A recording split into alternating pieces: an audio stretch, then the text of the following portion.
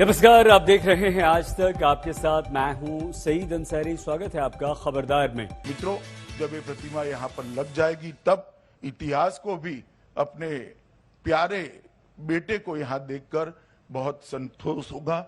आज जो नई शुरुआत हुई है, मुझे विश्वास है ये नई शुरुआत से देश के युवाओं को अनेक वर्षों तक प्रेरणा मिलती रहेगी।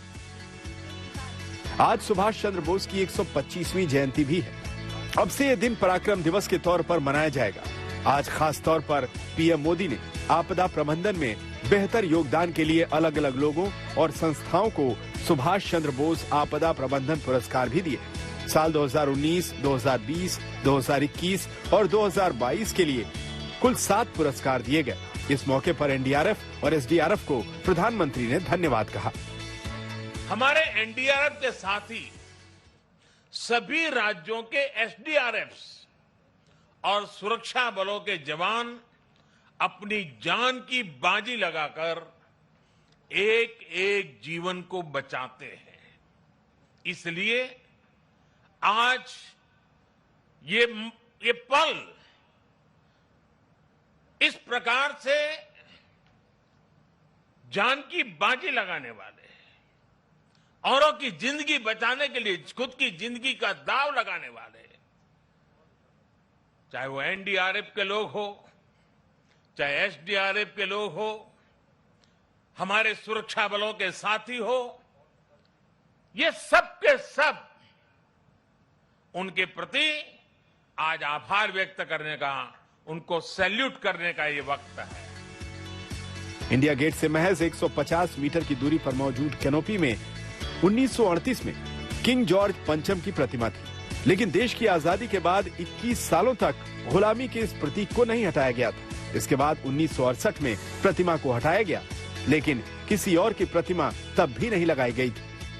हमने बचपन में पढ़ा था जी कि एक जमाने में, आपको पता हो, गवर्नमेंट्स एक टाइम कैप्सूल जमीन में गड़वाती, ताम्रपत्र के ऊपर उत्कीर्ण होती है चीजें कि अगर कभी सभ्यता नष्ट हो जाए तो कुछ हजार साल के बाद कोई दूसरी सभ्यता देखे तो क्या था।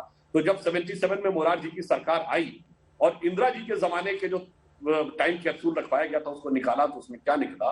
नेहरू जी की प्रशंसा थी, इंदिरा जी की प्रशंसा में कसीदे पढ़े गए, गांधी जी का थोड़ा उल्लेख था और नेताजी का 2 लाइन में उल्लेख था। यह इस बात का प्रमाण है कि कितनी ईमानदारी से। उसी जगह पर अब नेताजी की ग्रेनाइट से बनी 28 फीट ऊंची और 6 फीट चौड़ी प्रतिमा लगाई जाएगी। इंडिया गेट की एक खास पहचान है और यहाँ लगने वाली प्रतिमा को लेकर नेताजी सुभाष चंद्र बोस के परिवार के लोग खुश हैं, क्योंकि ये प्रतिमा देश के लोगों को सुभाष चंद्र बोस के बलिदान की याद दिलाएगी। मेरे ख्याल से हिंदुस्तान में सबसे महत्वपूर्ण जगह, सबसे इम्पोर्टेंट जगह वही है, क्योंकि वहाँ पे ब्रिटिश लोगों ने ब्रिटिश राजा का स्टैचू लगाया था वहाँ पे, और ऐसे जगह इंडिया में मिलता नहीं है।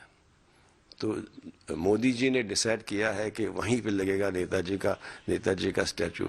इसका मतलब यह है कि मोदी जी नेताजी को बहुत ही सम्मान दे रहे हैं। काफी सालों से ये प्रस्ताव केंद्रीय सरकार के पास दिया गया था कि Netaji Subhash Chandra Bose liberator of India है, जो भारत की आजादी के लिए श्रेष्ठ लड़ाई किया था, जिसके कारण भारत आज आजाद है, उनका मूर्ति स्थापित करना चाहिए इंडिया गेट के सामने। एक स्ट्रेटेजिक लोकेशन है, तो ये बहुत खुशी की बात है। पीएम मोदी ने ये बात दोहराई कि सरकार ने जो वायदा किया था उसे आज निभाया है और इतिहास में जो नहीं बताया गया उसमें सुधार किया गया। ये दुर्भाग्य रहा कि आजादी के बाद देश की संस्कृति और संस्कारों के साथ ही अनेक महान व्यक्तित्वों के योगदान को मिटाने का काम किया गया। स्वाधीनता संग्राम में लाखों लाख देशवासियों की तपस्या शामिल थी, लेकिन उनके इतिहास को भी सीमित करने की कोशिश हुई। लेकिन आज आजादी के दशकों बाद देश उन गलतियों को डंके की चोट पर सुधार रहा है, ठीक कर रहा है। आप देखिए, बाबा साहब आंबेडकर से जुड़े पंच तीर्थों को देश उनकी गरिमा के अनुरूप विकसित कर रहा है। आज पीएम मोदी ने दिन में नेताजी को पुष्पांजलि भी अर्पित की। संसद के सेंट्रल हॉल में लगे सुभाष चंद्र बोस की फोटो पर फूल अर्पित किए।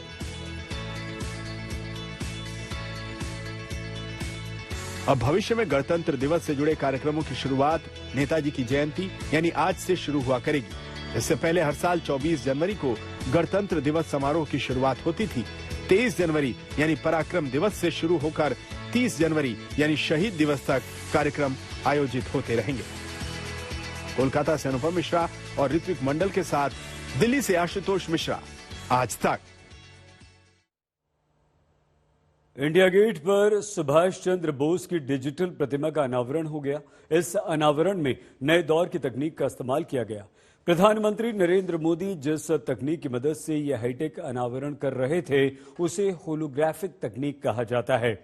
आइए हम इसके बारे में आपको कुछ जानकारी देते हैं। होलोग्राफिक तकनीक को आप एक विशेष प्रोजेक्टर की तरह समझ सकते हैं जिसमें किसी चीज का 3D आकार लेकर उसे प्रोजेक्ट कर दिया जाता है। जैसे सामान्य प्रोजेक्टर किसी तस्वीर को पर्दे पर या दीवारों पर दिखाता है, बिल्कुल वैसे ही होलोग्राफिक तकनीक में 3D तस्वीर दिखाई देती है। आपको यह भी बता दें कि होलोग्राफी शब्द ग्रीक शब्द होलो और ग्राफीन से मिलकर बना हुआ है। होलो का शब्द का अर्थ है संपूर्ण और ग्राफीन शब्द का अर्थ है लिखना। होलोग्राम को 3D फोटोग्राफ भी कहा जाता है। मूल रूप से इस तकनीक का आविष्कार लंदन के imperial college of science and technology के प्रोफेसर डेनिस गेबर ने किया था। 1948 में गेबर ने इस दिशा में कुछ बेसिक्स पे प्रयोग किए और बाद में उन्हीं के आधार पर लेजर के द्वारा होलोग्राफी होने लगी और इसके लिए गेबर को 1971 में नोबेल पुरस्कार से सम्मानित किया गया। होलोग्राम बनाते समय पहले किसी व्यक्ति या वस्तु का होलोग्राम रिकॉर्ड किया जाता है, फिर उसे देखने के लिए होलोग्राम की तरंगों के द्वारा दूसरी जगहों पर उसे पहुंचाकर वहां पर प्रोजेक्ट कर दिया जाता है, यानी कि उसे वहां प्रकट कर दिया जाता है, दिखा दिया जाता है। नेताजी सुभाष चंद्र बोस की 125वीं जयंती पर इंडिया गेट पर डिजिटल प्रतिमा का अनावरण हो गया और इसी के साथ इस बात पर फिर से बहस छिड़ गई कि हमारे देश को स्वतंत्रता दिलाने वाला असली नायक कौन? वो जिन्होंने बिना खड़क बिना डाल अंग्रेजों से लोहा लिया, या फिर वो जिन्होंने देशवासियों से कहा था तुम मुझे खून दो मैं तुम्हें आजादी दूंगा। क्योंकि अंग्रेज देश को बांटने का काम कर रहे थे, डिवाइड एंड रूल, फूट डालो और राज करो। तब नेताजी ने तय किया कि अंग्रेजों को अगर हिंदुस्तान की सरजमी से खदेड़ना है तो केवल अहिंसा से काम नहीं चलेगा। उन्होंने क्रांति का शंखनाद किया और उस समय उन्होंने वो मंत्र दिया कि तुम मुझे खून दो मैं तुम्हें, अरे जोर से बोलो, मैं तुम्हें। नेताजी ने और उनके आह्वान पे चकित हो जाते हैं। हजारों पूर्व सैनिक आजाद हिंद फौज में शामिल हो गए। इस पर राजनीति क्या होनी चाहिए, ये कष्ट देता है, परेशान करता है। नेताजी सबके नेताजी हैं भाई। नेताजी, और अगर पुरानी किताब नहीं पढ़ सकते हैं तो रुद्रांशु मुखर्जी की है पैरेलल लाइफ्स, नेताजी और नेहरू जी के रिश्तों के बारे में। और नेताजी जिस राजनीति का जिंदगी भर विरोध करते रहे, आज अगर हमारे भाजपा के लोग नेताजी को, उन पत्रों को, उन आर्टिकल्स को पढ़ लें जो उन्होंने एकांगी दृष्टिकोण के खिलाफ लिखा था, तो बड़ी शर्म आएगी उनको। अपनी राजनीति पर पुनर्विचार करना होगा। और हाँ, मैं ममता जी की बात से सहमत हूं, ये राष्ट्रीय अवकाश सचमुच घोषित होना चाहिए। पूरे देश को एक नई ऊर्जा देने वाले नेताजी भारत के उन महान स्वतंत्रता सेनानियों में से एक थे जिनसे आज के दौर का युवा वर्ग भी प्रेरणा लेता है। भारत के प्रत्येक निवासी का यह कर्तव्य है कि वो नेताजी से प्रेरित होकर देश के विकास में अपना पूर्ण योगदान करने का संकल्प ले। नेताजी कहा करते थे कि अगर हमें वाकई में भारत को सशक्त बनाना है तो हमें सही दृष्टिकोण अपनाने की जरूरत है और इस कार्य में युवाओं का महत्वपूर्ण भूमिका है। हमारे देश भारत के शौर्य और संस्कृति से जुड़ी इस खबर के बाद अब खबर देश के सामने खड़ी सबसे बड़ी चुनौती कोरोना वायरस की। चिंता की बात यह है कि हमारे देश में ओमिक्रॉन वेरिएंट अब कम्युनिटी ट्रांसमिशन की तरफ बहुत तेजी से बढ़ रहा है और इसका मतलब यह हुआ कि देश में ओमिक्रॉन के मामले और तेजी से बढ़ने वाले हैं। केंद्रीय स्वास्थ्य मंत्रालय की संस्था एनसाकूग के अनुसार दिल्ली और मुंबई जैसे शहरों में कम्युनिटी स्प्रेड हो चुका है। देश के कई महानगरों में ओमिक्रॉन के केस बढ़ने लगे हैं। कम्युनिटी ट्रांसमिशन का मतलब होता है कि कोई भी व्यक्ति संक्रमित व्यक्ति के संपर्क में आए बिना या संक्रमित जगह पर जाए बिना कोरोना पॉजिटिव हो जाए। तो हमारे देश में ओमिक्रॉन से जितने लोग संक्रमित हो रहे हैं उनमें अधिकतर का कोई ट्रैवल बैकग्राउंड नहीं है। हालांकि अब तक के ओमिक्रॉन से जुड़े ज्यादातर मामले बिना लक्षण या हल्के लक्षण वाले ही हैं, लेकिन पिछले कुछ दिनों में अस्पताल में भर्ती होने वाले और आईसीयू में भर्ती होने वाले मरीजों की संख्या काफी बढ़ गई है। चिंता की सबसे बड़ी बात यह है कि कम्युनिटी ट्रांसमिशन में अस्पतालों में भर्ती होने वाले मरीजों की संख्या बढ़ सकती है और भी इसलिए विशेष सावधान रहने की आपको हमें जरूरत है। कम्युनिटी स्प्रेड का दूसरा पहलू यह भी है कि हमारे देश में कोरोना के मरीजों की संख्या बहुत तेजी से बढ़ रही है।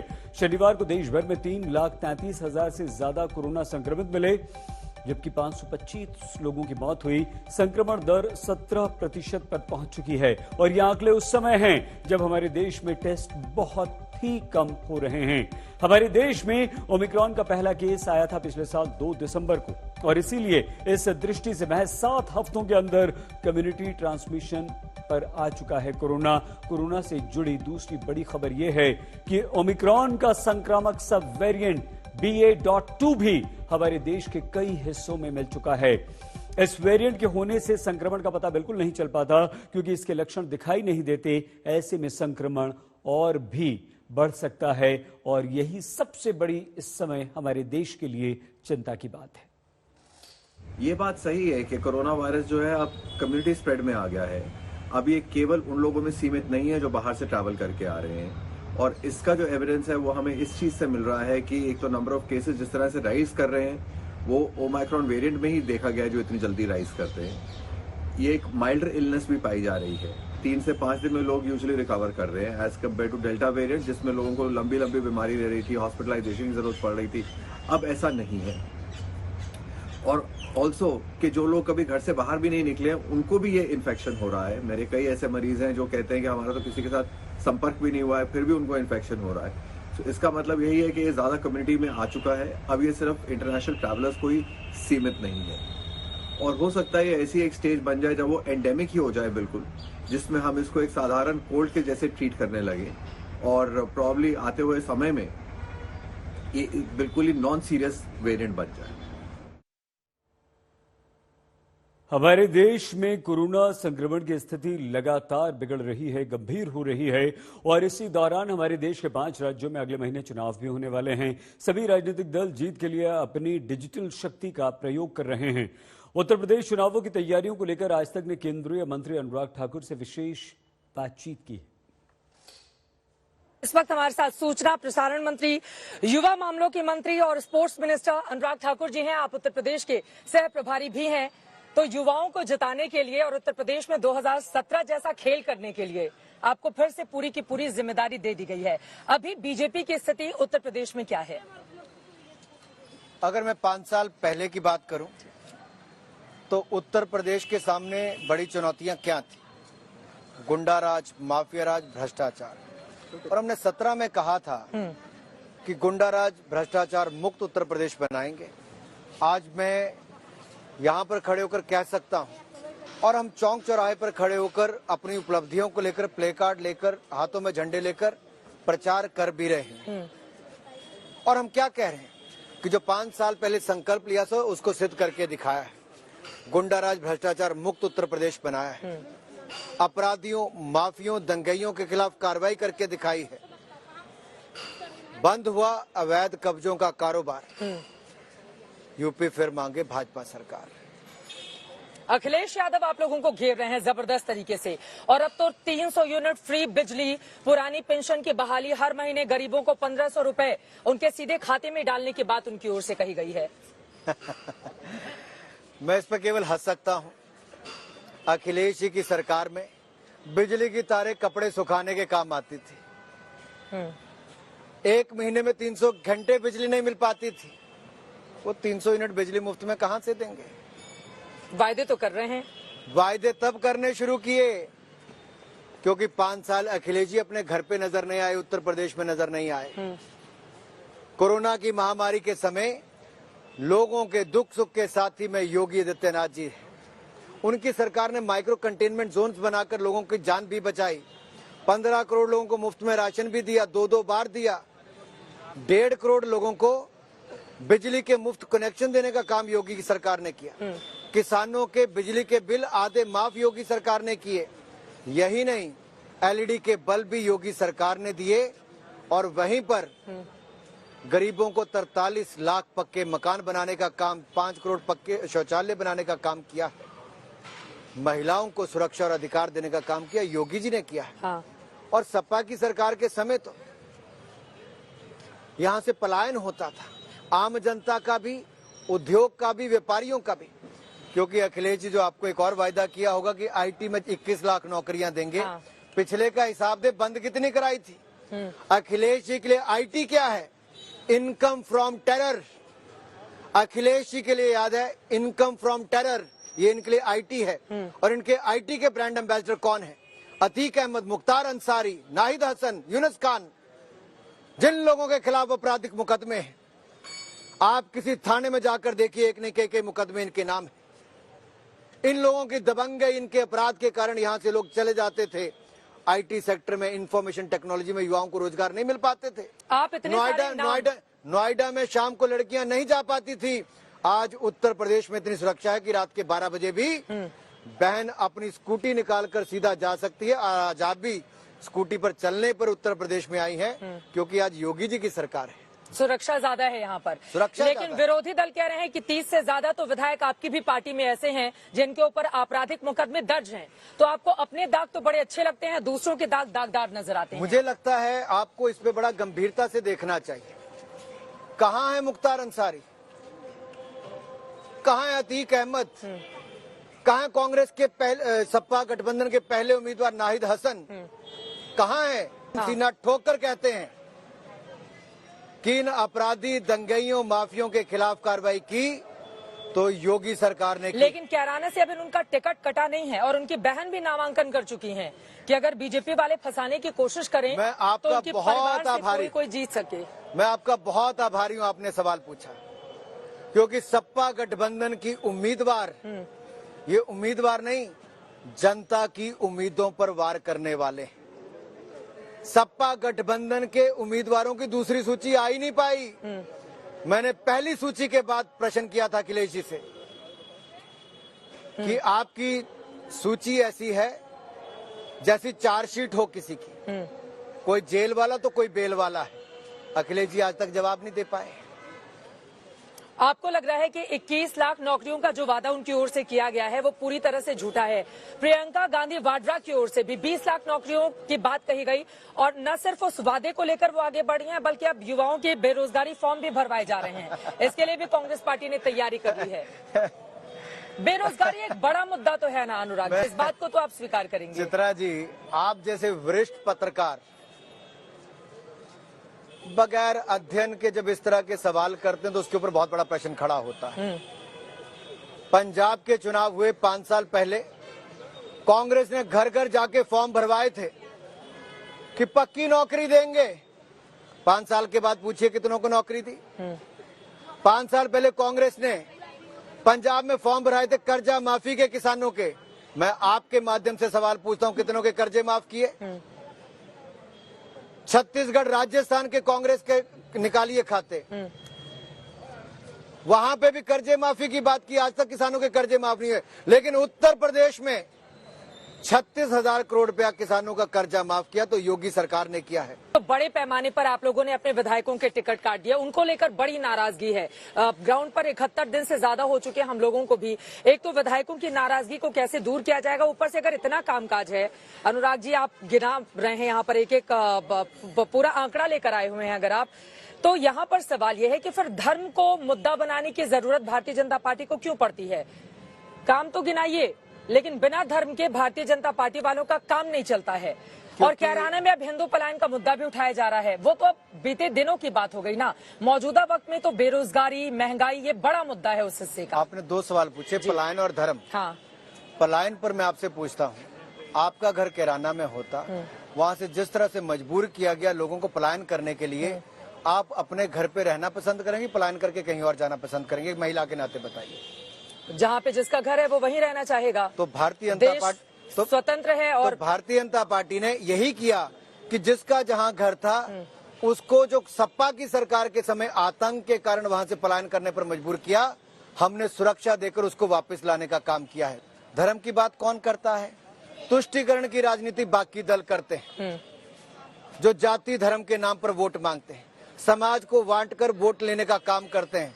हमने तो सबका साथ सबका विकास लेके काम किया और मैं कह सकता हूं पूरे 5 सालों में आप किसी धर्म के व्यक्ति से पूछिए, किसी जाति के व्यक्ति से पूछिए, अगर कोई एक व्यक्ति अगर कहे कि उसके खिलाफ जाति धर्म के नाम पर कोई कार्रवाई हुई तो। पिछले 3-4 दिनों में मौसम में हुए बदलाव ने ठंड सर्दी को काफी बढ़ा दिया है। पहाड़ी इलाकों में लगातार बर्फ गिर रही है, लेकिन उत्तर भारत में पिछले कुछ दिनों से जोरदार बारिश भी हो रही है। बारिश के कारण न्यूनतम तापमान कम हुआ और कई जगहों पर गहरी धुंध भी छा गई। सर्द मौसम में बारिश ने सिहरन और बढ़ा दी। मौसम विभाग का कहना है कि ऐसी स्थिति अभी कुछ दिन और रहेगी, मतलब ठंड आपको हमें और तंग करेगी।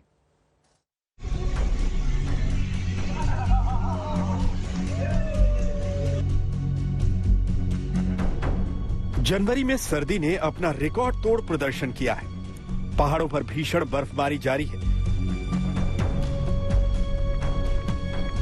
और मैदानी इलाकों में बारिश और कोहरे ने सूरज का मुंह ढक रखा है। पिछले 3-4 दिनों से तो दिल्ली में सूरज के दर्शन ही नहीं हुए।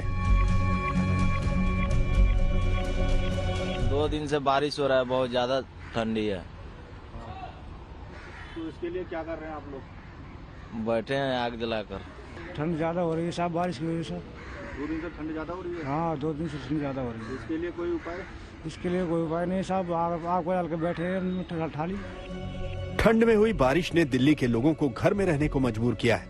मौसम विभाग के मुताबिक दिल्ली में जनवरी महीने में अब तक 88 मिलीमीटर बारिश हो चुकी है। इतनी बारिश साल 1901 में हुई थी, यानी करीब 122 साल पहले। कपकपाती सर्दी में बारिश की बूंदें बर्फीला एहसास कराती हैं। ये जो 5-7 दिन हुआ, यही पहला स्पेल था और जबरदस्त फॉग भी था। आपने देखा होगा, पूरा पाकिस्तान से लेकर के पटना तक था। सो ये फॉग, ये सिस्टम जाने के बाद होने का चांस है 25-26 को। 26 को तो थोड़ा शैलो फॉग बन सकता है, लेकिन 26 में वेदर अच्छा रहेगा। रेन का कोई संभावना नहीं है दिल्ली में, ठीक है।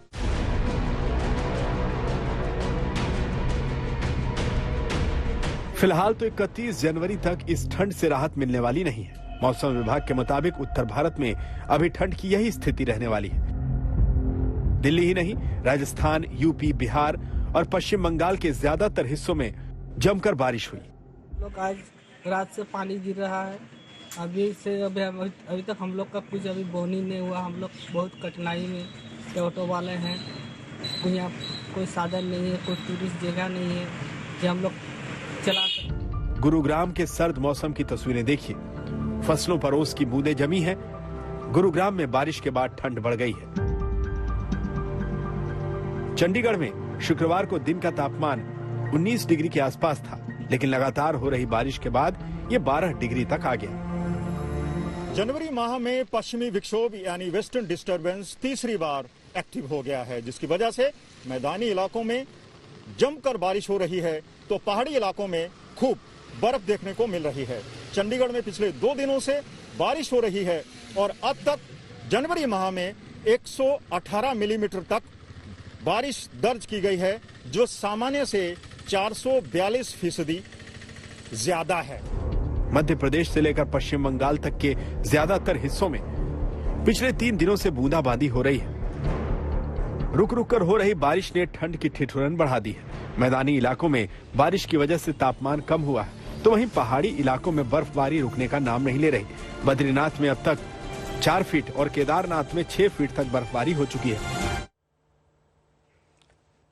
खबरदार में आज के लिए बस इतना ही। आप प्लीज अपना बहुत ख्याल रखिएगा। देखते रहिए आज तक।